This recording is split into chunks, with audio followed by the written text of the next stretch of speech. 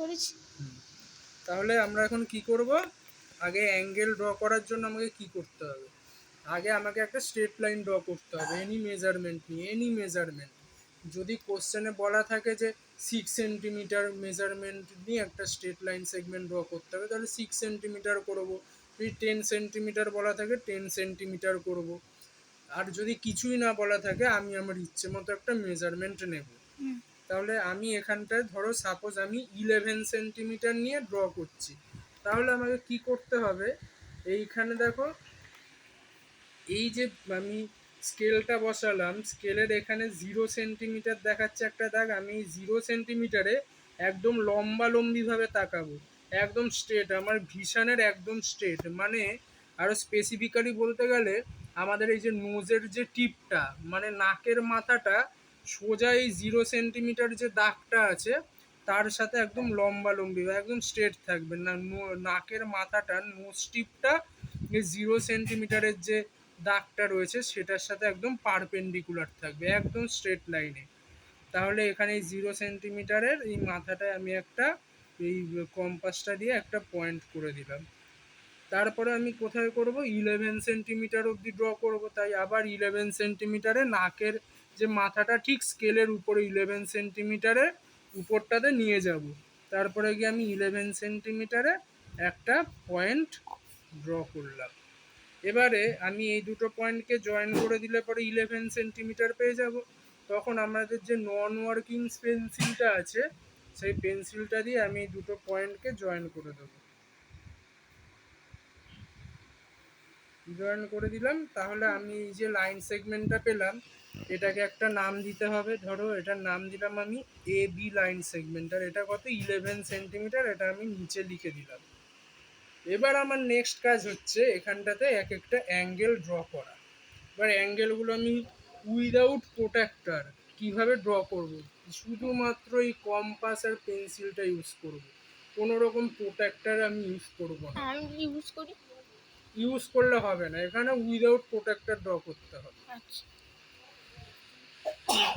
Protector use করলে করা যায়, কিন্তু এখানে আমরা প্রোটেক্টর ছাড়া করব, প্রোটেক্টর ছাড়াই করা প্র্যাকটিস করো, সেটাই ভালো হবে। তার জন্য আমাকে করতে হবে কি, প্রথমে প্রোটেক্টরটাকে একটু জাস্ট হালকা স্লাইড বড় করব। এবারে পেন্সিলের টিপ আর প্রোটেক্টরের টিপটাকে আমি হচ্ছে সেম প্লেনে নিয়ে আসলাম। এবারে আমি প্রোট্রাক্টরটাকে হালকা খুলে এই কম্পাসটাকে হালকা খুললাম। খোলার পরে এ পয়েন্টের থেকে ধরো আমি অ্যাঙ্গেলটাকে ড্র করব। তাহলে আমি এ পয়েন্টে কম্পাসের যে মেটাল টিপটা আছে সেটাকে প্লেস করলাম। এবার সামান্য একটুখানি বড় লেন্থ নিলাম, পেন্সিলটাকে কত লেন্থ নেব স্যার? সামান্য তোমার হাতের আন্দাজে যতটা তুমি হাতে আনতে পারবে ততটাই লেন্থ নেবে। নেওয়ার পরে আমি এখানটাতে একটা আর্ক ড্র করলাম। আর্ক মানে হচ্ছে সার্কেলের একটা পার্ট। হ্যাঁ জানি। তাহলে এইরকম ভাবে ড্র করব যেন এই পাশেও যতটা রয়েছে এ পয়েন্টে সার্কেল আঁকা যাবে না? সার্কেল আঁকলেও হয়, কিন্তু আঁকার দরকার নেই। তুমি যদি সার্কেল ড্র করো তাহলে সব জায়গায় বারবার তোমাকে সার্কেল ড্র করতে হলে ওটা আরো কমপ্লিকেটেড হয়ে যাবে। তারপরে এবার আমি দেখো এই আর্কটা এই লেন্সটাকে যে পয়েন্টে ইন্টারসেক্ট করেছে, আচ্ছা, এই পয়েন্টটা, এবার ধরো আমি এই পয়েন্টের সাপোজ একটা নাম দিয়ে দিলাম ধরো এক্স, ঠিক আছে এই পয়েন্টটা।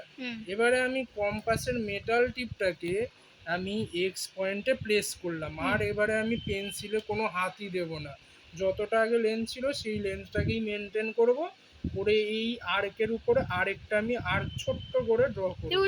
এ থেকে স্টার্ট করি আমরা। এ থেকে যদি আবার নিয়ে যাও, হ্যাঁ, না না এক্স পয়েন্টে বসাবো, বসিয়ে আবার আমি ছোট্ট করে একটা আর্ক ড্র করব। হলো কত ছোট?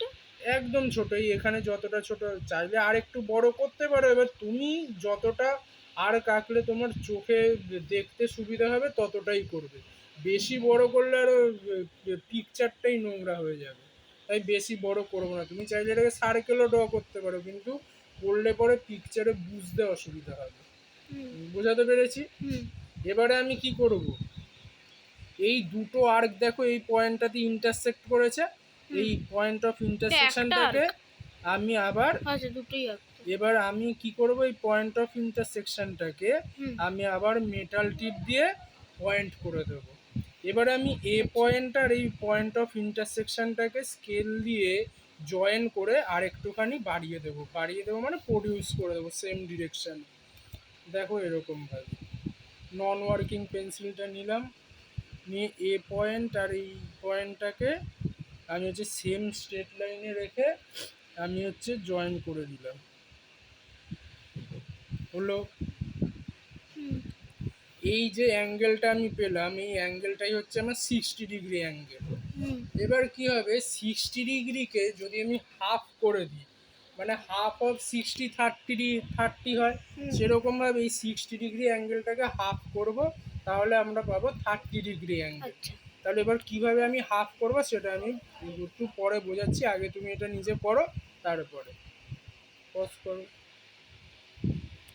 এটা হ্যাঁ।